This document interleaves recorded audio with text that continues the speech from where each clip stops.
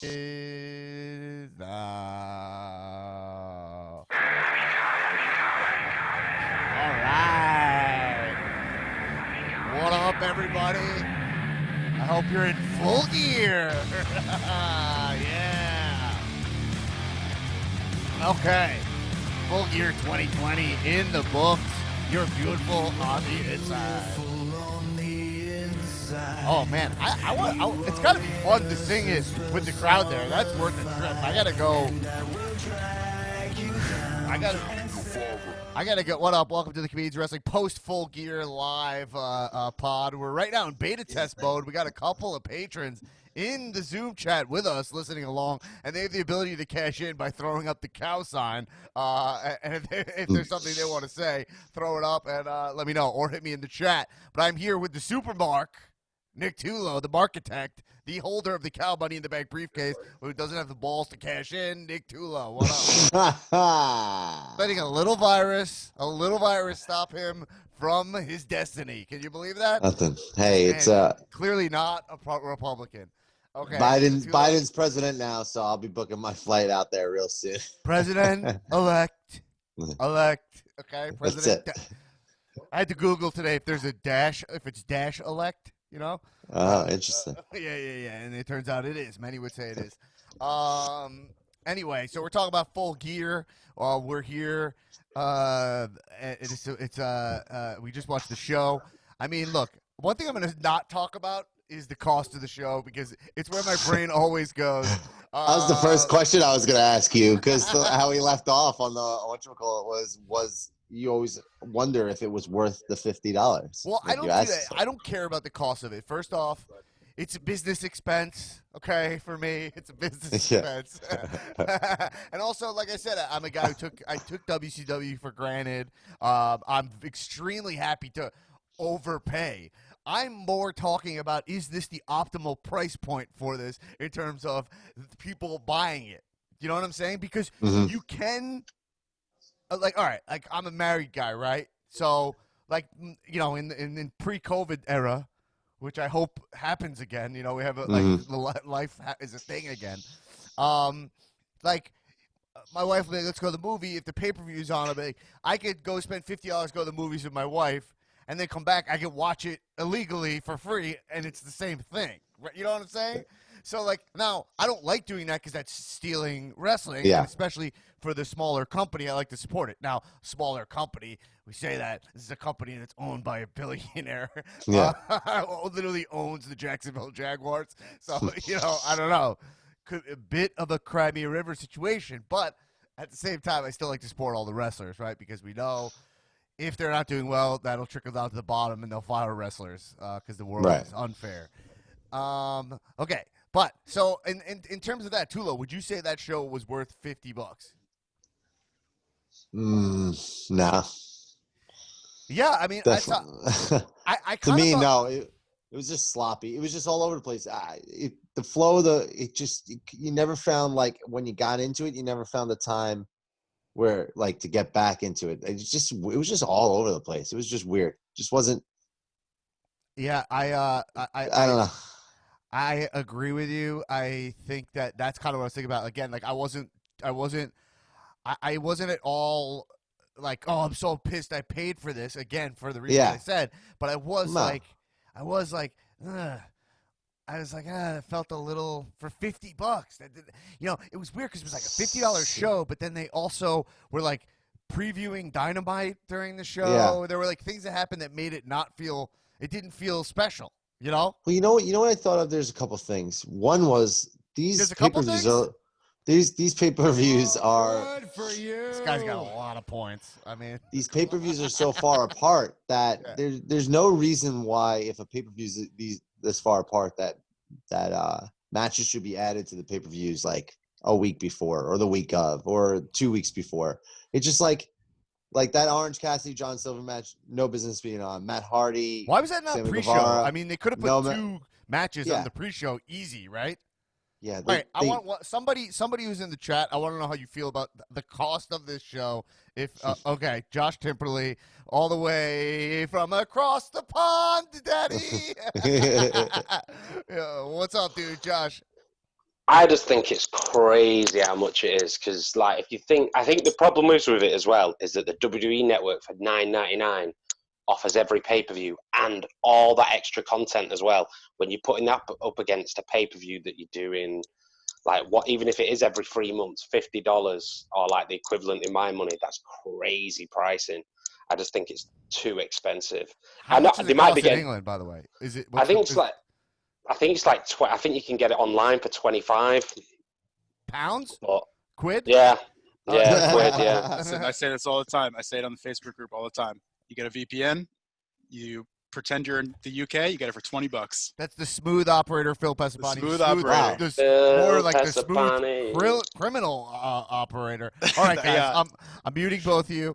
And I'll bring you back in. If you want to come in, just throw the if you think we're talking about something and you got something you want to cash in, your cow sign is the money in the bank briefcase. So you can cash in.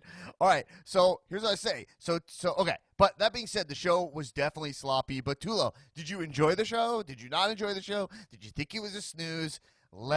I mean, I have your text to prove. So I have your text to prove. So don't lie to the people.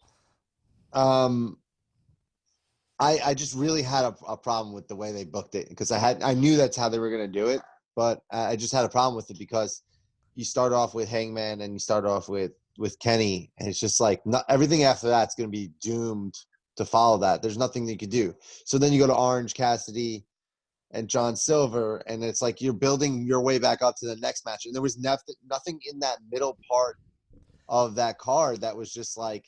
And then you finally got to the tag match, and you were like, all right, this is cool. But you were just already drawn out by 4 or 5 matches in between it. Just too many matches. The length of it tires you out. It just, like, drains you.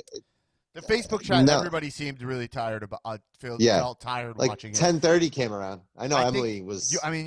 People were tired, but I will say this: it's not even 9 p.m. for me. Yeah. It's the best thing about moving to California. I remember as a kid thinking like these people on the West Coast, like they watch stuff at like 4 p.m. What is that? And now I live in the West Coast, and I'm like, yes, it starts at 4 p.m. It's unbelievable. It's like the greatest. It is so great. It is like everything. I can't believe you have to wait till 8 p.m. to watch stuff like that. I'm sleeping at 8 p.m. Although right now I'm drinking coffee at 9 p.m. So I'll be up. Maybe I'll hit Full Gear again. Maybe I'll watch the Biden speech and Full Gear. I'll switch screens. I'll have them on a double rig. I'll switch the rig around. Many would say that would be a good idea, but here's the thing. All right, let's talk about the matches individually. I agree. The show was definitely sloppy. At times, I'll say this. It definitely felt like the sloppiest AEW card I'd seen. Yeah. I definitely felt like forget about even sloppy. It felt like the least special AEW pay-per-view. Every time, it was weird. Every time every match came up, I was just like, why am I not interested in this? Like every single, like there were matches that I was interested in, and then all the ones that just came up, I was like, by the time we got to the Jericho MJF, I was just like, I don't even care. I don't care. I don't care if MJF gets into the inner circle right now. Like I'm just like, I was almost like at that point just waiting for Moxley versus Kingston, just to kind to get to it already. Yeah. I for sure. That I felt like I felt like I felt like this was the first show that I really felt, man, I need this crowd back like now. I'm starting to be like I need the crowd because I do think we would have cared about some of that stuff more. And wrestling with pay-per-view wrestling without a crowd is a very, very tricky thing, I think, because it's not, especially unless you're like a crazy, I don't know, it puts a lot of pressure to just do high-flying spots and then or tell like an epic story that translates without a crowd. But I imagine, and I'm not a pro wrestler, that makes it really difficult. If you are like, what's a match that I was thinking about? Like MJF and Jericho. That feels like, how could they ever make that match something you care about without a crowd? Because the stakes are like, he gets in the inner circle, so the crowd's like, oh, he's going to be in the inner circle. They have to sell all that. And they're not like two high-flying guys. They're not like insanely athletic dudes. So then, I don't know. So anyway, okay, so let's talk about the matches. Let's just go through the card. Okay. Whatever. Serena Deeb, Allison Kay. I mean, I saw it, but I was watching that. You know that they happened. They got bumped for Biden. It happens. It happens. Some people Yeah, get bumped. well, He got bumped for Biden, but good match though, displaying that they should be on the roster and that there's talent there that shows that there should be storylines given to the women. Like enough is enough. Like those two women just put on a match that was like easily, if there was any kind of build to it other than, I mean, the NWA title, now you got Thunder Rosa came back, so you have like this whole NWA, but they're not, they're like the story's right there, just tell it. Like if you're going to use the NWA title involved in it, just tell it. But now it's like kind of, and then it's overshadowing like your own title. I don't know. I just don't know. It is really odd. It's like there's two women titles, but there's only 2 women matches, and the women's division needs so much work that you're like, why introduce another title? Their title even looks like a piece of crap. Like, it's like, well, I don't know. Their title, I can't get over. Still a year later, like, like she's like wearing it, like she is wearing it, and I'm like, it's like not even the most eye-catching thing on her outfit, which is like that's not what the title should be. The title should be like when Moxley has that title, it's the only thing you see. It's like massive. It's a huge piece. It's like wearing a huge belt buckle. You know. I think there's a super unique opportunity for. I think that's why Sheeta kept it, is because they're gonna go with Britt Baker next, and now it's that opportunity is to ride Britt Baker out like into Revolution, and then when she gets that title, she should 100% change it and make it something amazing, you know, something special that like is her style, and just usher in a new era of the women's division. Because if they don't do it now, and we get to 2021, and we're going into Revolution with the same kind of, it won't happen with Britt Baker like involved, but like they need to do something ASAP, like quick. You know, like it has to start now. I was thinking they should have like almost like, don't call it this obviously, but some kind of diva search thing that gets time on Dynamite. You know, like some kind of like recruitment thing if they need more wrestlers. Anyway, Chris Knight, my dude, said the crowd was so loud tonight. I just wanted to point it out. That is a good point. They did do some dubbing with the crowd, right? Not really sure. Yeah. I just mean it's not necessarily that I couldn't hear the crowd. It's a constant empty seats. Yeah. Like it felt like there were even more empty seats. It was more spaced out than even other times I've seen it. Like there'd be times where you see the wrestlers in ring and then all the seats are empty. They can't get audience like in row 10. I don't know why. Like, you know what I mean? I don't know. Maybe it's a logistical thing. Okay, so they opened the show with Kenny and Hangman. So I would say this first thing I want to say is I thought major improvements to Kenny's entrance tonight. I thought that first off they had way better dancers. They were way more professional dancers. What? Yeah, they were. It was like if you're gonna have dancers, they should know how to dance, right? I think. I actually thought these two girls messed up dancing more than the other girls that messed up. I thought there was a couple of missteps that were going on. Am I wrong about that? Were they worse dancers? I don't know. But you guys, let me know in the chat. Were they worse dancers or better dancers? I have a feeling. I have a feeling with Revolution coming up, the way Kenny's like whole gimmick is going, that we're gonna get something special at Revolution for that when he faces. I'm assuming Moxley Kenny will be Revolution, right? Yeah, or are they but I'm still that? talking about Kenny's entrance because I care more about the minutiae than the booking. So listen, I'm saying that listen. All right, actually, Emily, you might want to respond to what I'm going to say right now, okay? But okay, is it like Kenny has the female dancers? He doesn't acknowledge them at all in this weird way where I'm kind of like, what is this? Is this like, I think you would have more women dancing to be more of us, just have 2. I find it really, really odd. And then he also, like, I don't know if he's like, look at these talents I have. Like, I don't know. I kind of like lost with it. Like, it looked like he almost was going to ask for like cheek kisses when he got to them, but then he just walked through it. I don't know. I find it odd where I'm like, are these like Do they hang out with him, or he just has dancers? Because if you have dancers, I think you'd want it to be more spectacular than just 2. If it's 2, then I would think it's like his entourage or something. I don't know. I find Kenny's just confusing me right now. But right? Am I wrong? Or am I right? It's like a little. It's like what? He doesn't feel like someone who hangs out with babes. So I don't know, right? Like if MJF came out with babes, you'd be like, all right, that's MJF. He like, I don't know. All right, I don't know, but well, you said you were gonna ask Emily about it. So why Emily, don't you have Emily? Emily, I'm unmuting you. Do you have any response to what I said? I was worried, if I veer into shitty man territory is what I meant. Fine. Okay. I like to be in check. Oh, she'll let you know. Would it be offensive if he kind of like gave them cheek kisses as he went by? Like that's what I thought he was about to do. No, I think that would be hilarious, actually. Right? Wouldn't it be like ladies? Like ladies, nice dancing? That's like something like that. I don't know. Adonis, what were you saying?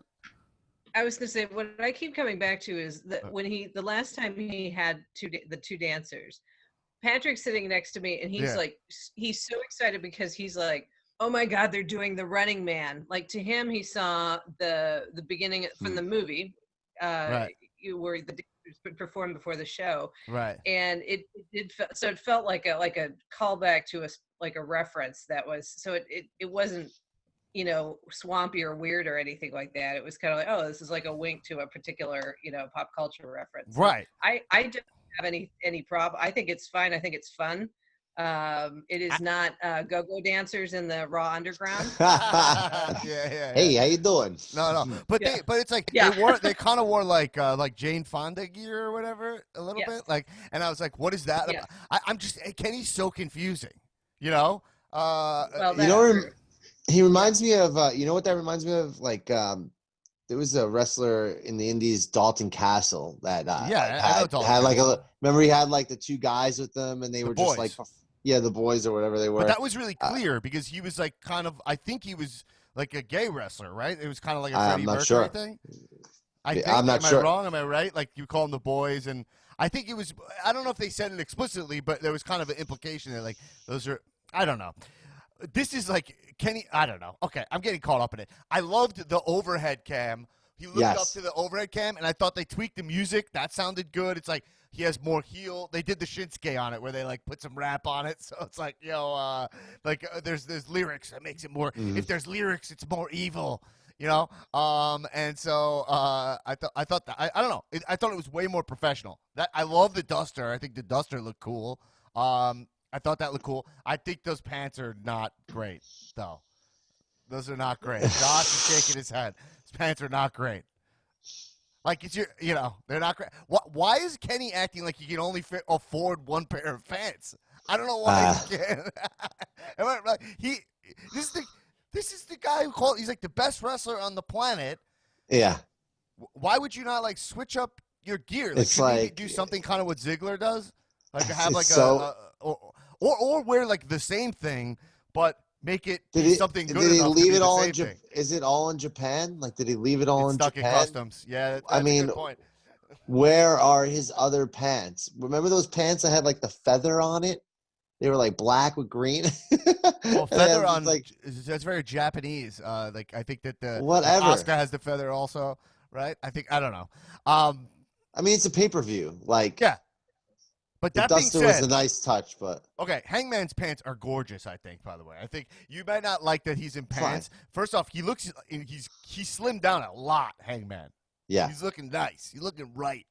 My man's looking right, and the thing about Hangman's pants, every time they zoom in on his pants, you see it's like that ornate sterling silver cowboy design, and you're like, there's like a new feature about it that you didn't notice before. You're like, wow, look at that. Oh, on his knees he's got something. Yeah, he's got little ass tassels. I really like that.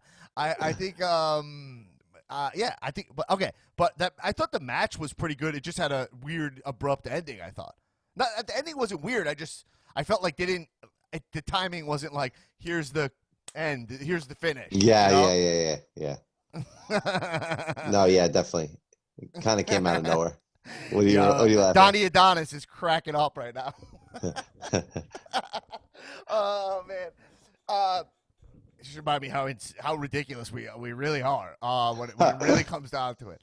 But yeah, so like, but I did think that I can't get. I love how the one-winged angel, you can't kick out of it, right? So no one ever kicks out of it when you get it. No, I thought we were getting it too.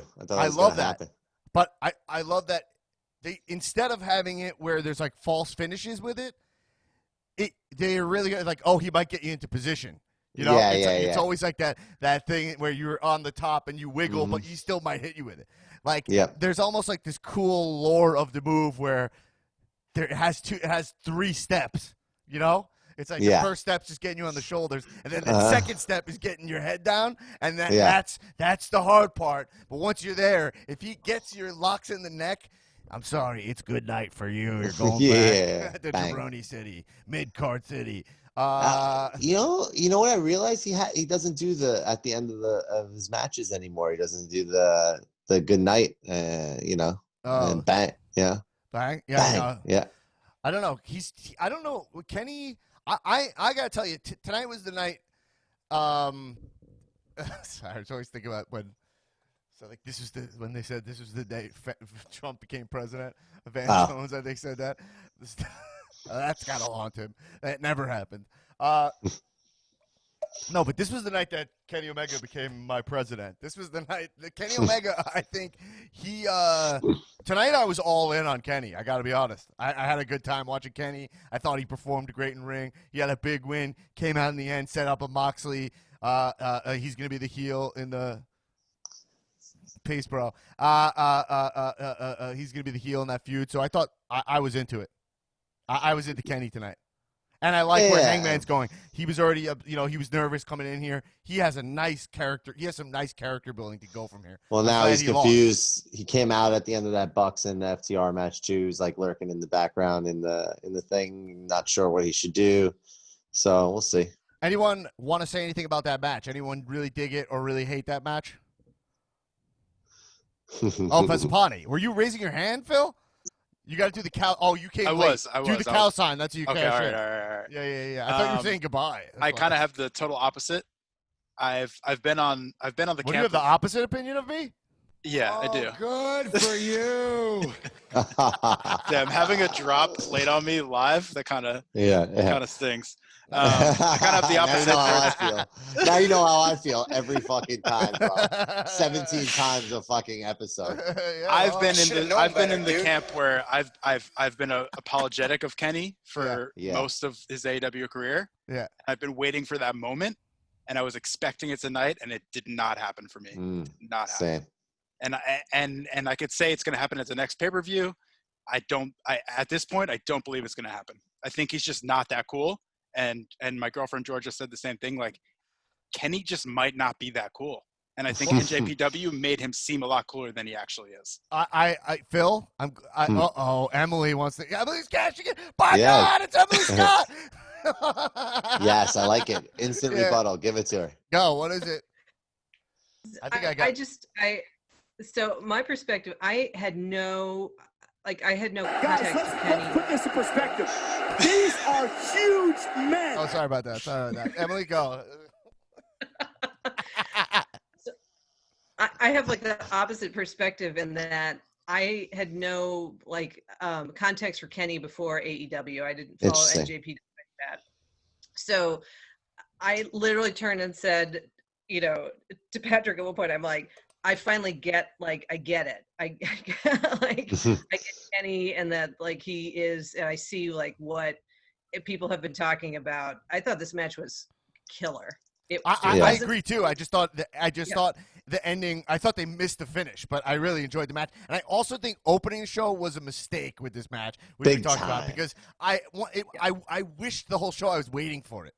Yeah. You know? So. I would say my thesis for this whole pay-per-view is that it's a lot like SNL in recent years, in that great sketches and they just don't know how to end them. And I felt like that was a lot of the matches tonight. Well, Emily, that's interesting. You said, as someone who's performed sketch, back in the dark times of 2019, I think was my last sketch a long time ago. You remember that. ending sketch. It's known when you're writing sketch. It's known like ending sketch is the hardest thing to do, which is why you always just see kind of throwaway jokes at the end of sketch. It's just this weird thing that's extremely difficult. You literally can look back at every single match that they had tonight and be like, they should have just ended it here. Like they should have ended the Sheeta match after the Avalanche Falcon Arrow, which was sick. I mean, we got they could have pulled a Biden.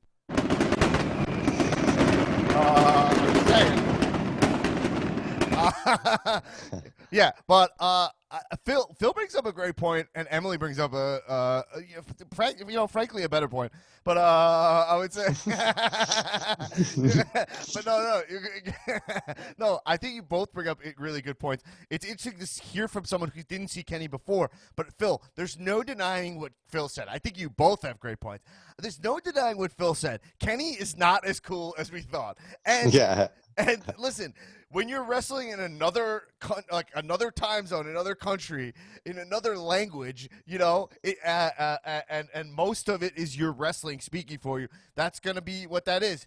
But he really does himself no favors. I mean, he's not an incredible mic guy. He's not even working on mic. His commitment to mic is okay. We'll talk about commitment a little later in the show, but because I have a big thing to say. But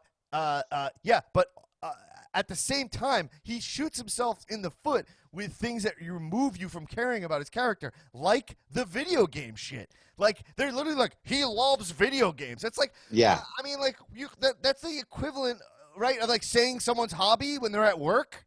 Imagine you're like, all right, Greg, give the presentation. By the way, everybody, Greg, he also he likes to weave baskets sometimes. Like you're like, all right, well, fine, we sell stocks here or whatever we do. Why are you telling me that? You know what I mean? Like it's like I get it. You like to play video games. Everybody likes to play fucking video games. But, I like to play. It's very fun. But then when you come out like a fucking mark in a Street Fighter T-shirt when you're supposed to seem tough, then that sucks. It sucks. It's like it's awful, and no one's telling you that. Then he comes out at the end of the show in little shorts, and you're like, at least he was shirtless, and he's looking right in the body. Yeah. Oh my God, Philip has a body. He's cashing in. Hold on, let me get the cash in noise. Okay, I need you to officially come in proper. I need you to come at me proper. Except I changed the soundboard. Give me the fucking the Vince. Oh, please. All right, look, we got we got oh shit. I redid the soundboard. I gotta study it. I literally have to sit and study this thing. Oh my God. All right, Phil Pasapati cashing in. There's a lot of beef out here. I forgot like half my point. That was way too long. All right. Great job by Phil. Nice one. Great point. No, I remember it. Okay. All right. So the point is, in NJPW, Kenny was such this mysterious character, right? He came out in these like extravagant entrances, and you were like, who is this guy? He's fucking incredible. And then he comes out in AEW, and you're like, fuck this guy. Like, yeah. There's nothing to him. He comes out in these like gym shorts, and you're like, "What happened? Is that just because of NJPW?" Like, he does a lot of like he thinks like saying inside jokes on the air is funny. Like it's like they need to. I actually wrote an email to myself today. I'll tell you guys this. I wrote myself a love letter in blood. Is that weird? No, I wrote myself an email today. I'm like, I want to start a campaign on the podcast to get me hired for AEW. I think I can make that company incredible. I would go in there and be like, Kenny, listen, Kenny, come here. You are the best bout machine. You really are. What the fuck are you doing? Take off that Street Fighter shirt before I rip it off of you. I'm going to take it off of you. Let's make you look fucking awesome. The reason you like these video games is because the characters in the video games look awesome. The characters, you don't see Zangief in a fucking Street Fighter T-shirt. You know what I'm saying? Like, no. He's got a chest hair that's like, what does he have? Like lightning chest hair? You know what I mean?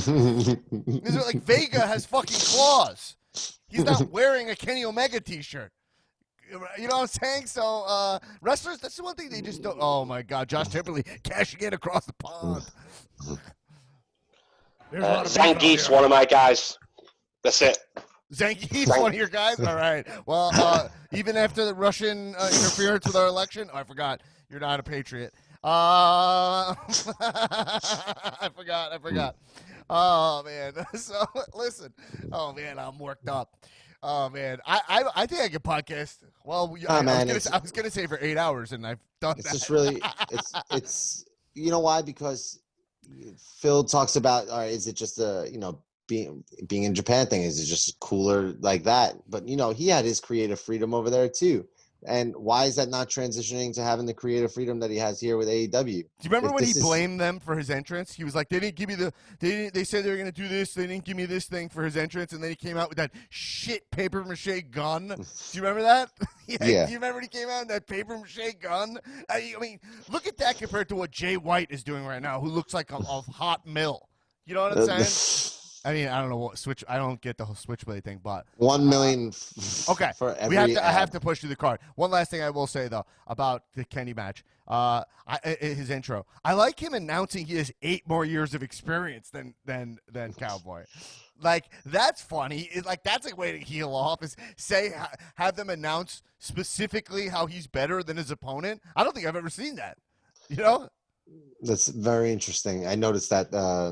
On this pay-per-view too. I was like, oh shit, he's giving him facts over how he's better than Hangman. Right. I was like, I like that. That's actually pretty good.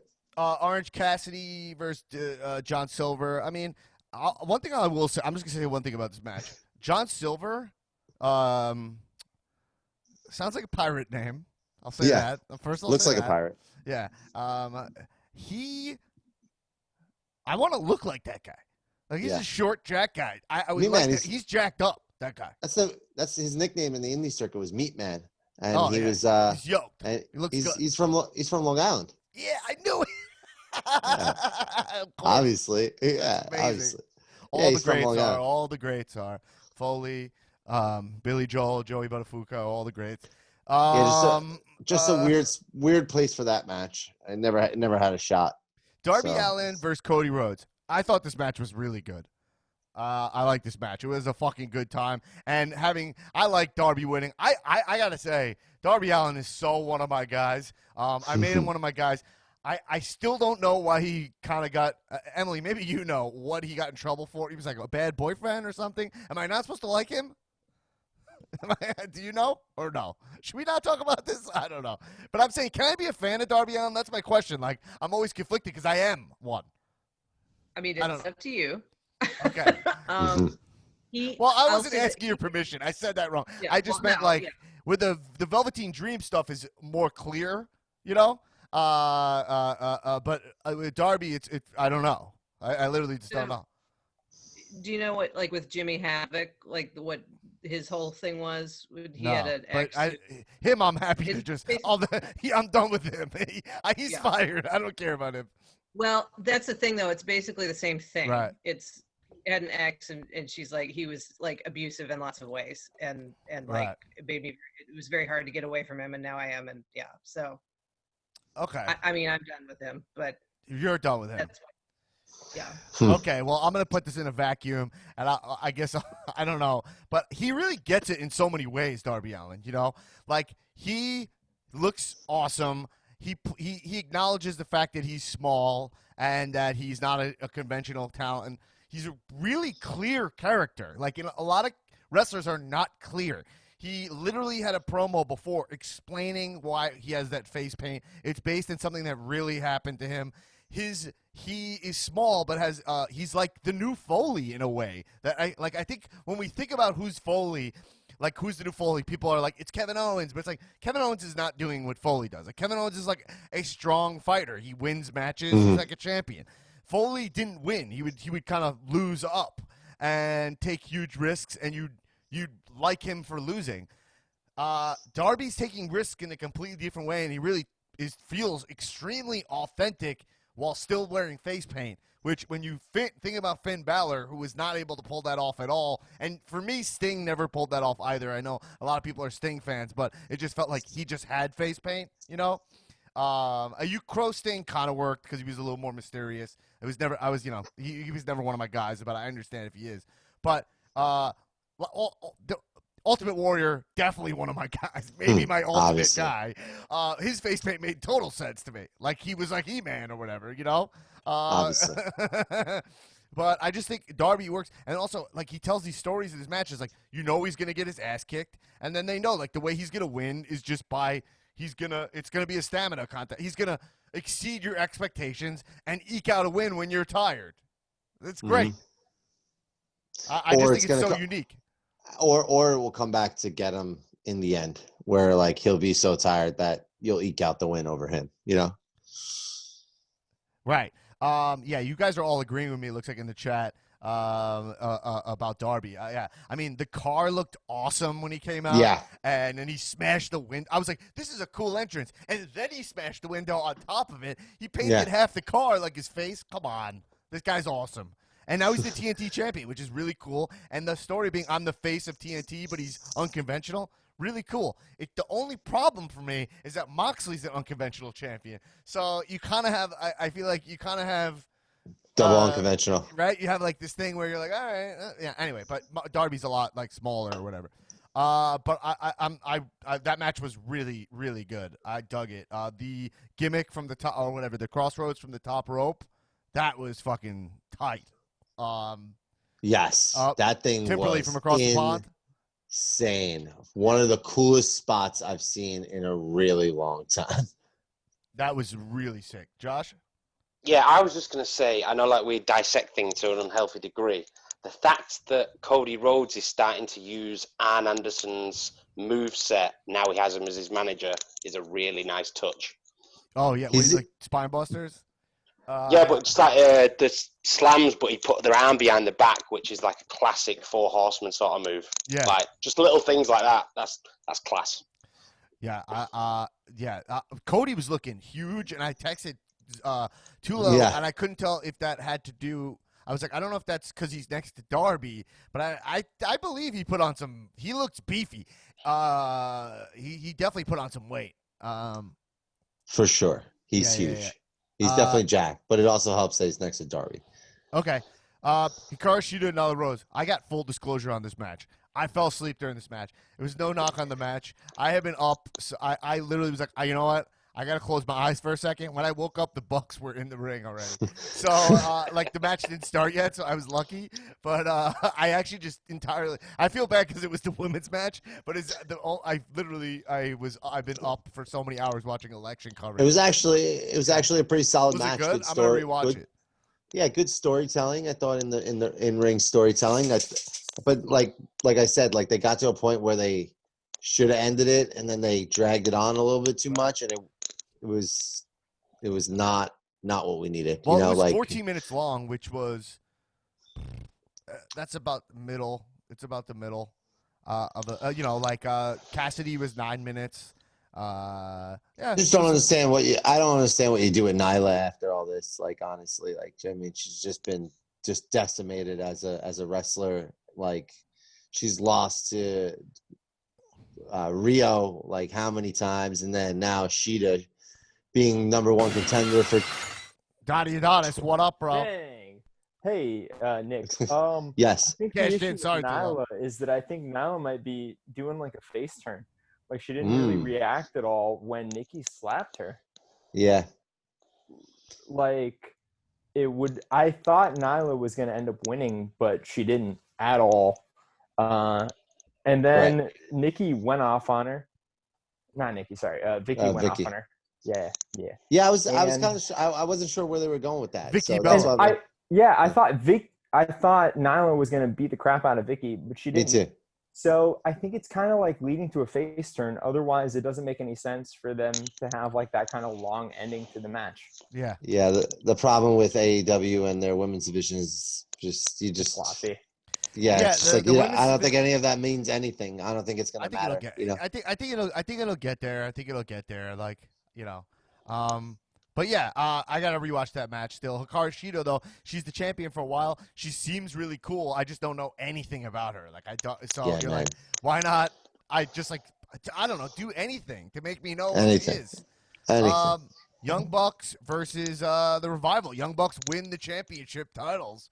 Right off the bat, I will say if I haven't made FTR one of my guys, they are 100,000% one of my guys. I don't know if you have. I mean, that's easily. Wow, that's huge. You got Biden. Little 46 in the sky.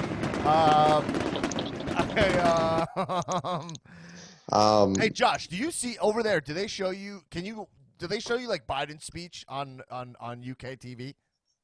Yeah, I've been watching it all. I've been watching it all like is that all easy the to votes find for though, or days. is it just on like BBC? Yeah, BBC? it's on like no, Yeah. no, it's on like BBC News. So Right. you just put BBC News on, and I've got CNN as well on my TV, so I can Okay. watch that. But BBC News has been covering it since Tuesday. Like I've got nothing to do because I've got to stay at home because I'm in lockdown. So I've watched. Yeah, you're like, in lockdown. Yeah. That's I watched Trump have like a full blown meltdown like every half an hour, which has been great. I was just always so interested. All right, whatever. It's not about wrestling. So, I was actually just curious if how close. It's the only thing that dominates everything here. All right, Young Bucks. So I mean, Tulo, you like this match? The Tulo match. What did you think about this match? Because you So the pacing in the beginning was very off, but I knew in typical fashion that was going to be, it was leading to something bigger. So I was like, it's the longest match of the night by far, 28 minutes long. Yeah. I was like, what? I mean, man, this is slow. And then I knew they were going to work the ankle injury. You know what I did notice about tonight, though, is that many of the matches had injury components. It was like every single match was working on somebody's injury. That's what I felt like. But then once they started getting into that, like paying homage to all the tag team wrestlers, that whole sequence, it was, and then they were really telling the story. Cash Wheeler was flying around. Oh yeah. I can't believe he did a fucking springboard 450 or whatever it was. Like he did a Kenny move. I mean, he did an AJ. No flips, man. There are no flips. Just I know, but it cost him though. Like he did. He broke the rule. That's such cool. And then he didn't hit. He didn't hit, and it cost him. But I mean, you knew that match was going to be awesome. It was no doubt about it. I think what's going to happen. Kenny came out at the end. I kind of hope they do it. I kind of hope that Matt's so injured that they have to relinquish the titles, and then they set up a whole nother like tag team tournament and get the tag team back in, get like the Lucha Bros involved now, like restructure the tag team division a little bit because it's went all over the place, and then have Matt, and then the winners face Matt and Nick at Revolution for the titles, you know? Yeah, so, I think those. Well, I think the Bucks at the top of the tag team division will give it like give it like that pyramid structure. Like they're like the elite, you know? Like they're. Or don't relinquish the simple little thing. What are they called? In UFC they have them the temporary interim titles. Yeah, make a tag team interim titles for until Matt and Nick can come back. And then you have that match at Revolution for make it a lot. Are they really hurt? No, but I'm just saying, like, if he's hurt, sell it. Like, it's perfect storytelling. Like they took whatever it was, now they can't defend it. They're the champions. All right, we're gonna set up who's going to be the interim champions and go from there, you know? Oh, yeah. Donnie says Matt has a shoot knee injury. Yeah. I feel like I could tell, but I get worked by that. Yeah, but that match was fucking killer. The Bucks. I would have opened the show with this match. If you're like, I think Young Bucks are still, they did it in New Japan every time. They always open the show, and I got really used to them opening the show, and I dig it. If they're not going to main event, it's a good idea. Though I did like our idea of pacing it like a real fight card where they had to backload it because that Kenny Hangman was so silly to be at the front. All right, I got to talk about this match. This Matt Hardy Sammy Guevara thing was fucking terrible. Yeah, it's did you guys like this thing? It was the worst thing. I mean, it was so bad. Give me guys, give me a thumbs up or thumbs down if you liked it. Thumbs up, obviously, you dug it. Did you like it? Yeah. Okay. All right. Thumb in the middle. All right.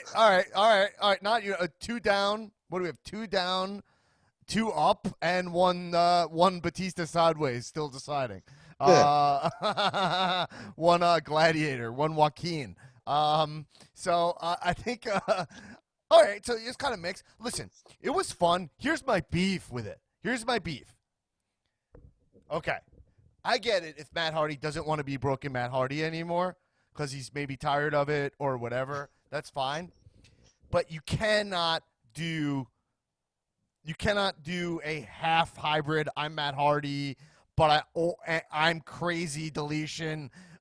possessed by I forget the names of it, like Damascus or whatever, right? Like, and then we go because we would buy it. We buy that like he actually he went batshit and he's in another dimension, and we're like, all right, this is nuts, but it's really fun. But if you're playing Matt Hardy, but sometimes you do the voice, and right, it's very confusing.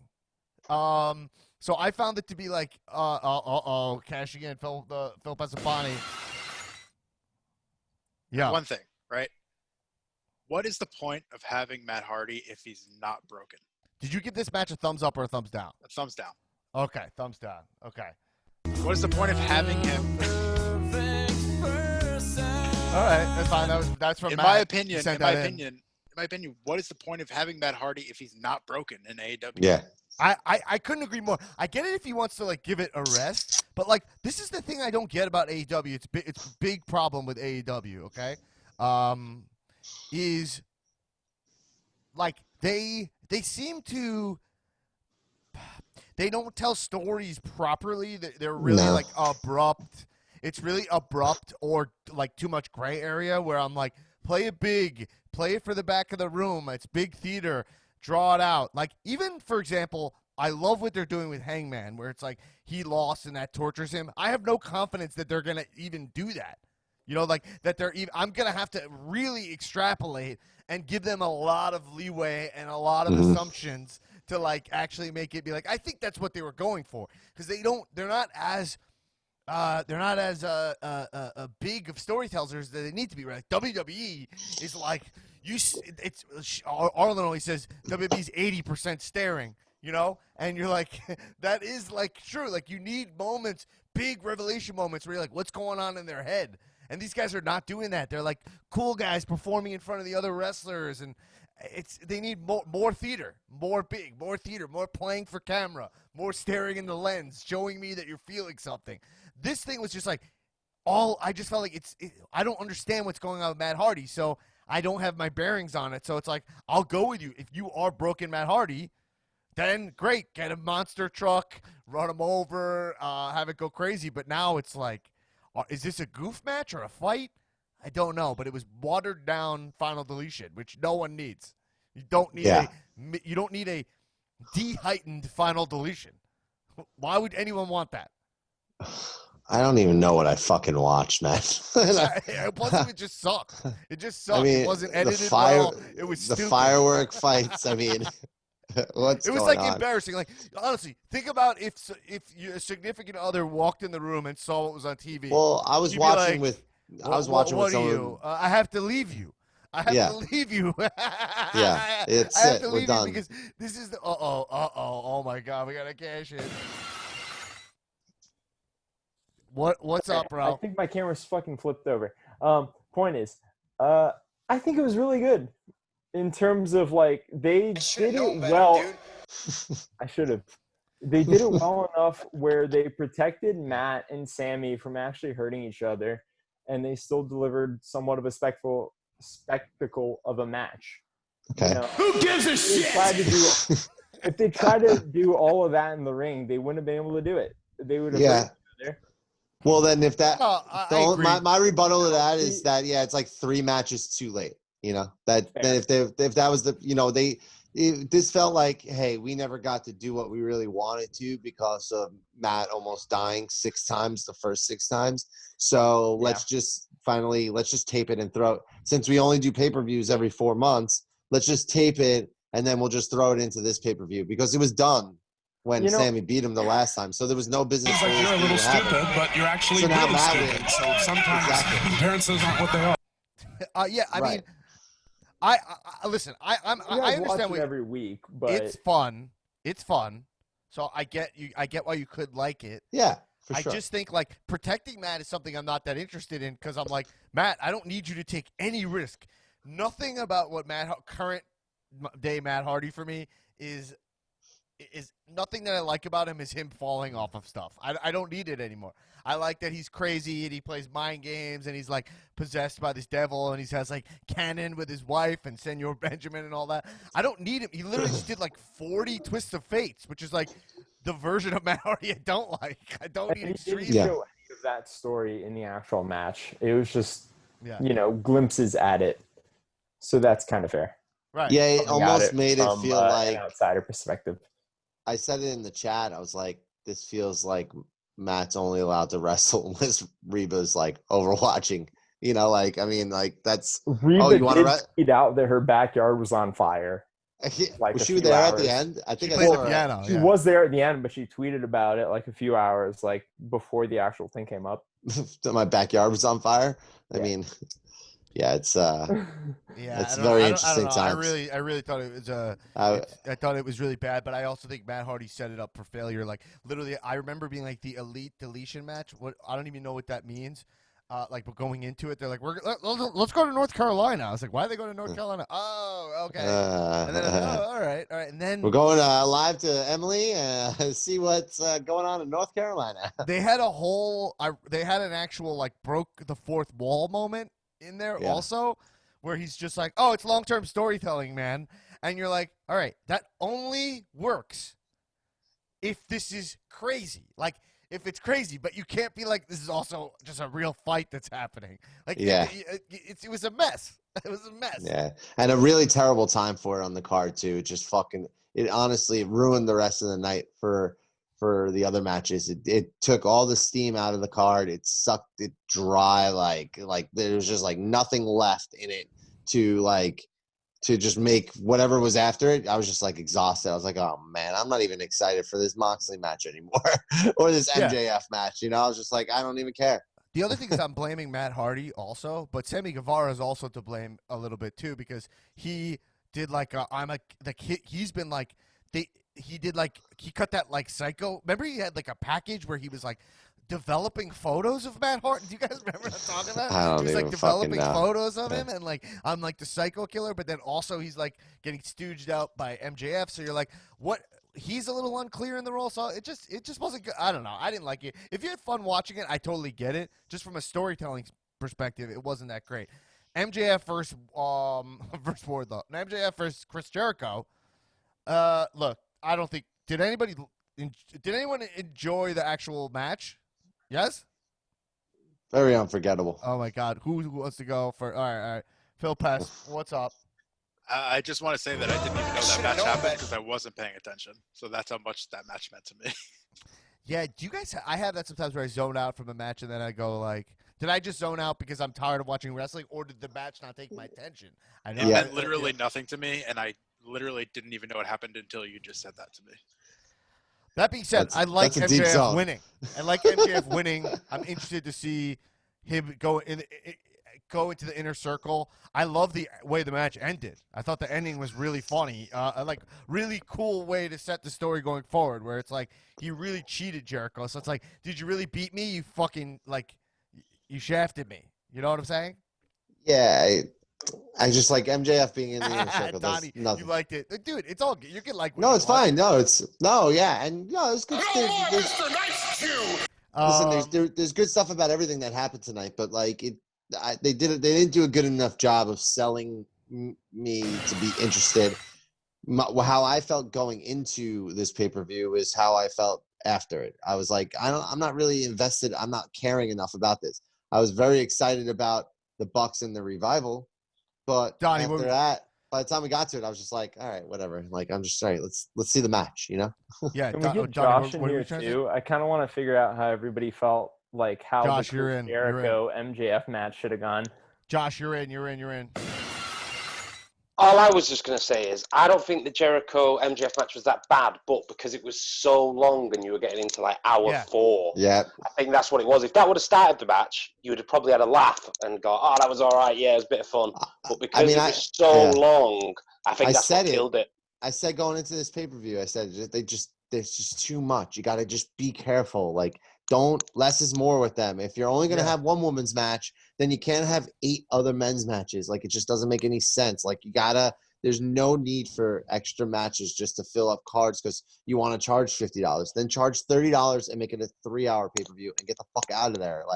Stop filling this nonsense in and giving them 15, 20 minutes. It's just not good. It doesn't make any sense. I mean, these matches were the only matches that were over 15 minutes. Where Darby was 17, Kenny Omega was 16. The Bucks had 28 minutes, which is by far the longest.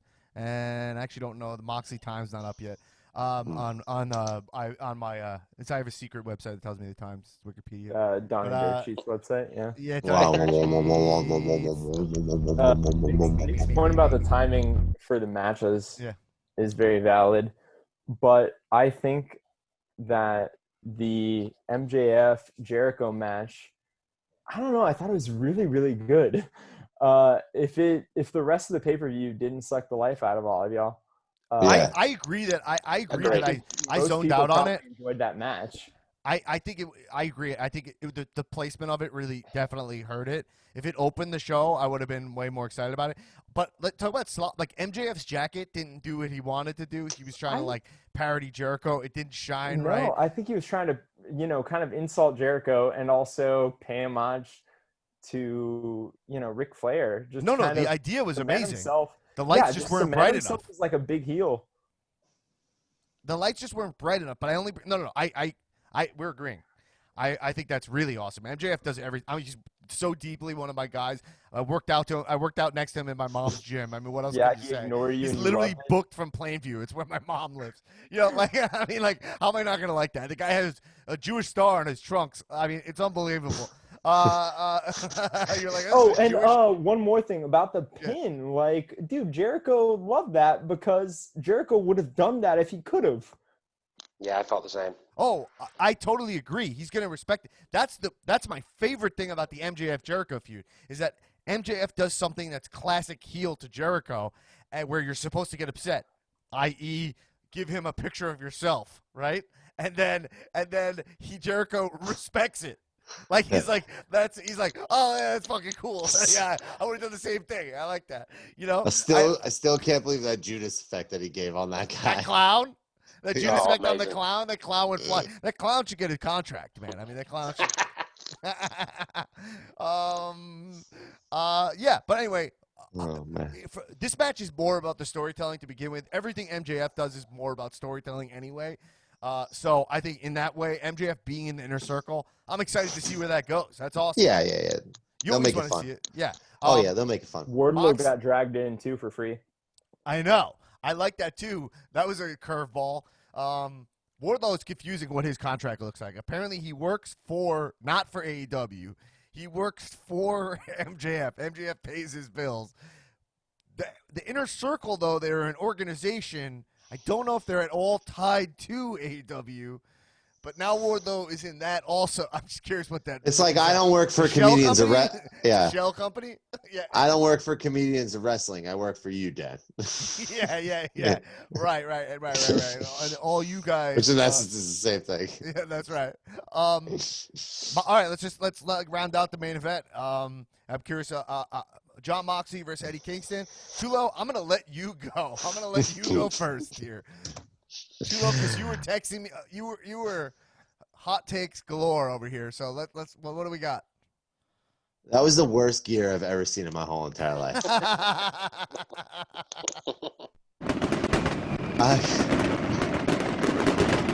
Yeah.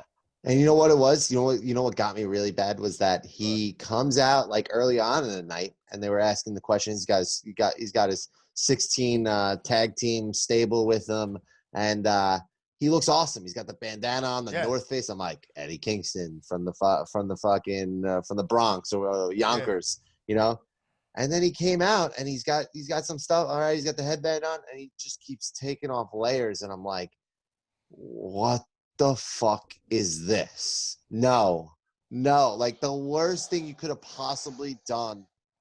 It was just so far away from championship gear. It's insane. I couldn't believe it. It looked like a cheap green Power Ranger costume. You get it like the Halloween store. Yeah. Exactly what it looks like, right? Like it was oh, he's Tommy.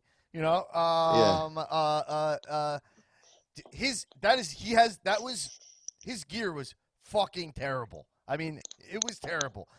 It took me so out of the match. It took me so out of the match. I couldn't get past the gear. Like I'm not even like you like cut that clip. Why like Eddie gear's so Kingston important. This is like when you're dating someone where like there's there's one thing about them. You're like, everything is so perfect, man. The sex is so good. And like, yeah, and then like, you go to her dad's house, and her so dad's cool. flying a Trump flag outside the house. yeah, but she loves Trump. Like, when she loves Trump. Like she gets me, like no one gets me, like but she loves Trump. You know what I mean? But she's like, she has a 4 more years tattoo. Like I'm saying, like, dude, when it comes down to it, Eddie Kingston, I don't know what to do with the guy. I don't know either to make him one of my guys or never watch him again. Like, I'm not sure what to do with him because and he quit. Like, you just destroyed the man. Like, you couldn't have destroyed it. And he quit. Like, he said he wasn't going to quit. He's never quit in his life. And we were trying to figure out, like, how are we going to get out of this match without someone saying I quit? And he just said I quit. So, well, like, that's fine. I'm fine. Okay. I'm completely fine with him quitting. Emily Scott in the mix, cashing in. I think they've laid the groundwork for this. He was never thrown out in the Battle Royal, and he never tapped out when he and Moxley fought before. He's going to find a way to weasel out of this. Like, they've actually laid if he's like Trumpy, he's like, I never said I quit. Like, there's video of him saying it, but he still says, I never said that. No, we need a wrestler who does that, who says, that video, oh, that's photoshopped. It's a fucking, we need a conspiracy wrestler. He could be it, because he can't actually wrestle. So that would be really great. Oh my God, he should wear he's Trump so suits. silver-tongued. Yeah, he's so silver-tongued, he can do that. Like, he's, Believe me, I would never say I quit. I would never. Yeah. He was miming my mouth. Did you hear it? Here's the video, and the video's doctored.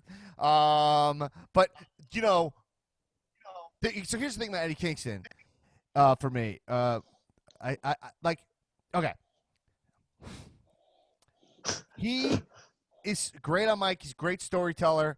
I cannot at all relate to someone who dedicated their life this hard to professional wrestling. Literally, he's like, I don't even have kids. I love kids.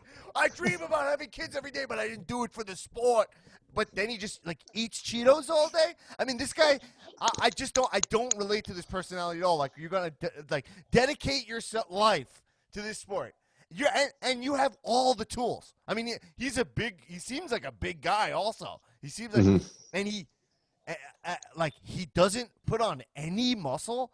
He can't even be fat jacked. Like, you don't even want to be fat jacked. Like, he literally takes off his shirt. He looks like a little weenie. I mean, he has a huge pop belly. I'm sorry. Like, listen, I'm just saying, there's got to be someone backstage. There's got to be someone backstage that sees him in that green fucking gear and says, "Nah, man, nah, this isn't." He dressed like fucking Psychosis. He went out there. He looked like Lucha, like fucking like Liger out there. I mean, it was like, yeah. Oh man, Phil Pesapani, smooth operator. Isn't that kind of the problem with having a mark running a wrestling company? Where you have Vince McMahon, who's gonna look at this as a business, where Tony Khan's just like, just do whatever you want, you know? Yeah. It's such a great point. I think that, look, there's problems. I actually think Tony Khan, I don't know anything about what Tony Khan's doing. One of the problems is is that no one's giving Kenny and the Bucks proper feedback or direction. Like, they need a director, like, right? Like, a lot of, like, someone told me this one time. Like, Eddie Murphy had someone, I forget who, when he was on SNL, who wrote everything for him. Like he had a guy he trusted. The guy was on staff just to be like Eddie Murphy's guy. I forget who it is. And, like, was like, I produce Eddie. You know what I'm saying? Like, these guys need someone. They need to be like, Bucks, you guys are fantastic. People here are not going to be honest with you, so I'm going to do that. And, like, Trump falls into that same place. You could see he doesn't surround himself by people that hold him accountable, you know? He finds people who just tell him what he needs to hear. So it's dangerous. It's dangerous. It's funny you say that. That's the vibe I was getting off that guy that was commentating on Kenny's match. Don the guy Callis? from that's like the vibe I was getting. He's like the New Japan guy, yeah. And he also announced All In, and I actually think I always kind of dig his announcing. But I know you're saying he's deep in their pocket. Like, those guys pay his bills, so yeah. But okay. All that being said, his gear was fucking awful. I cannot make him one of my guys, simply because of that gear. No. Okay, but that being said, yo, I don't necessarily love Moxley's pants. We were talking about Moxley's pants. I don't love them, but I think they fit him. It's a good fit for him. You know, they fit.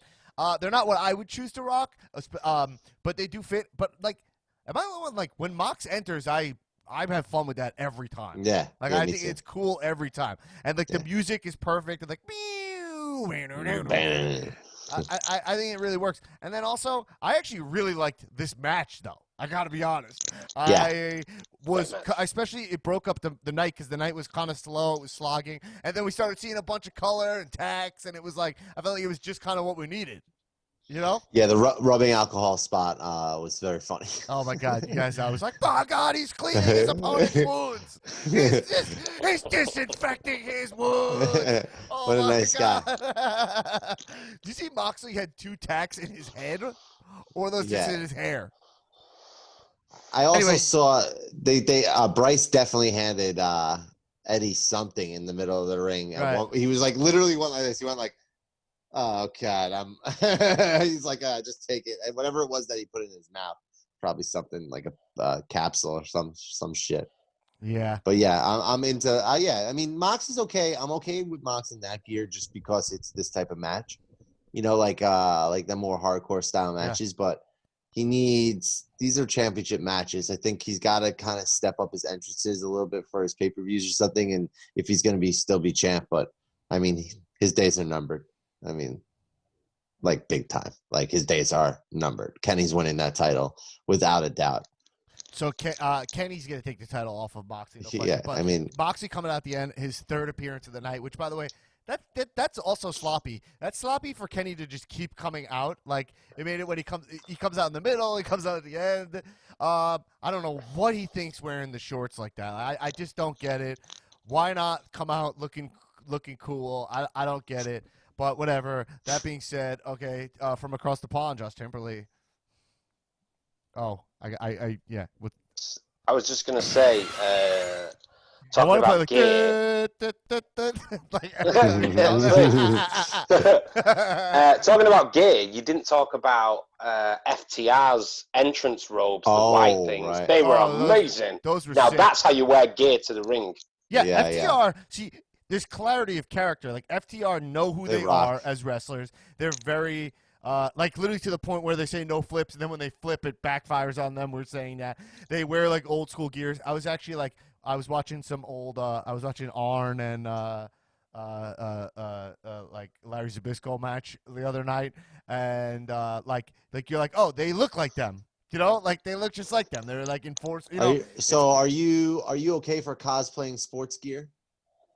Were they? Is that what they were doing? Yeah, it was Lakers versus Celtics. So we were trying to figure out if you're okay with it. If you're okay with it, because it's the Bucks. Because you know, it's the Bucks are cosplaying sports gear. Sports aren't exactly my thing, so. Yeah. So I didn't even notice. So I gotta look closer at that again. Wait, no. I didn't see their entrance robes because remember I woke up when the Bucks were in the ring. No, it wasn't the entrance robes. Their gear. The Bucks were wearing Lakers gear, and the I mean, FTR was wearing that's like fine. Celtics. That's subtle, man. That's like Rollins does subtle nods and stuff. That's like just color schemes. That's fine. Why is that not? That's not cosplaying, bro. Literally. Johnny Gargano comes out in the fucking Wolverine costume with rips, like 3 rips across it. I mean, come on, man. Literally, Alexa Bliss came out dressed as Buzz Lightyear. I mean, that's completely different than that subtle nod to things people like. Just wondering. I listen.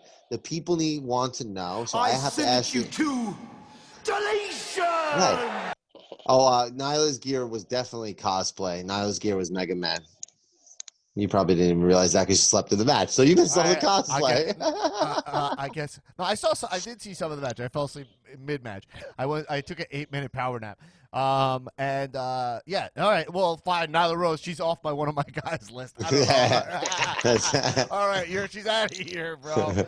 Oh, you didn't know? But I think but Moxie Kingston, I thought they had a great fight. I like that he quit, and I love the booking from all of us to be like, say, I never quit when he did. A guy who's denying the truth we need one of those. That we've seen it. Anything that is based in reality, we got to see that. Like that's completely awesome. But yeah, Kingston, I don't know what he's gonna do. But Moxley Jericho, Moxley Omega, really excited for this feud.